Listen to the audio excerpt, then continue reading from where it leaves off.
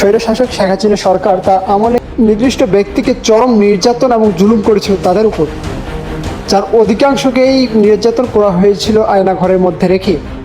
সম্প্রতি আয়নাঘর থেকে মুক্তি পেয়েছেন সেনাবাহিনীর সাবেক ব্রিগেডিয়ার জেনারেল আবদুল্লাহ ইল আমান আসমি ও ব্যারিস্টার আরমান সহ বিভিন্ন রাজবন্দীরা। তবে বাংলাদেশের ডিরেক্টর জেনারেল অফ ফোর্সেস ইন্টেলিজেন্সের আয়নাঘরে প্রচুর লোক আটকা আছে বলে জানিয়েছেন সেখান থেকে ছাড়া পাওয়া ভুক্তভোগীরা। আয়নাঘর থেকে ফিরে আসা সাবেক রাষ্ট্রদূত মারুফ জামান বলেন, আমি সরকারি আমলা ছিলাম, সচিব হয়েছিলাম, পরে কয়েকটি দেশের রাষ্ট্রদূত হয়েছি। আমাকে কিছু লোক বহুদিন ধরেই ফলো করেছিল। আমি 2017 সালে 4 ডিসেম্বর হযরত শাহজালাল আন্তর্জাতিক বিমানবন্দর থেকে ছোট মেয়েকে আনতে ধানমন্ডির বাসা থেকে যাওয়ার পথে 8 থেকে 10 জন লোক আমার গাড়ি ভেঙে 2টি পিস্তল মাথা ঠেকিয়ে আমাকে নিয়ে গেছে। আমাকে আয়নাঘরে নিয়ে রেখেছে।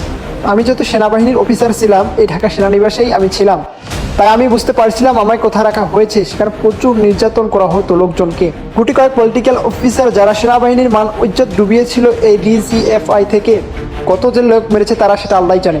তিনি বলেন, আমি কখনো রাজনীতি করিনি, আমি কোনো দলও করিনি, আমি সরকারি কর্মকর্তা ছিলাম। আমার দোষ ছিল আমি লেখালেখি করতাম। তারা কি আমার কলমটাকে কন্ট্রোল করতে চায়? আমি তো কোনো দেশের বিরুদ্ধে লিখি নাই। আমি চেয়েছিলাম ন্যায় বিচার। এই ন্যায় বিচার চাওয়ার জন্য আমাকে 16 মাস মাটির তলে একটি রুমে আয়না ঘরে ফেলে রাখবে? এটা আমার প্রশ্ন। আমি যে কতটা ক্ষতিগ্রস্ত হয়েছি ফিজিক্যালি সেটা বলে বোঝাতে পারবো না।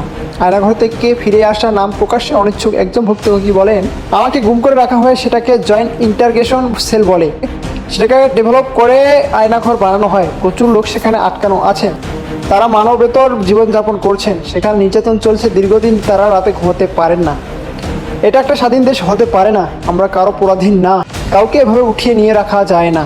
তিনি বলেন, সেনাবাহিনী আমাদের গর্বের বাহিনী। সেনাবাহিনী স্বাধীনতার প্রতীক। সেনাবাহিনীর উপর বন্দুক রেখে ডিজিএফআই এর অসৎ কিছু কর্মকর্তা রাজনৈতিক সুবিধা নেওয়ার জন্য সেনাবাহিনীকে বদনামে ফেলতে পারে না।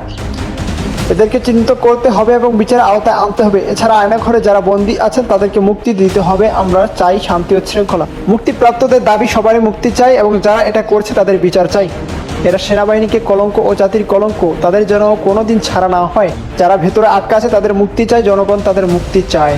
এসব জানান আয়নাঘর থেকে ছাড়া পাওয়া এক ভুক্তভোগী। এছাড়াও কতিপয় আরও অসংখ্য নির্যাতন করা হতো। যেমন তাদেরকে বেঁচে থাকার জন্য সামান্য কিছু খাবার দেওয়া হতো। যখন নির্যাতন চালা হতো পুরো আয়নাঘর জুড়ে শুধু কান্নার আওয়াজ। আয়নাঘরে যাদের রাখা হতো তাদেরকে প্রায় অধিকাংশকে ভারসাম্যহীন, মানসিকভাবে ভারসাম্যহীন করা হতো।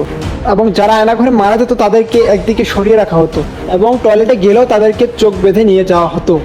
আয়নাঘরে যে নির্যাতন চলেছিল এ যেন এক পৃথিবীর বুকে নরক।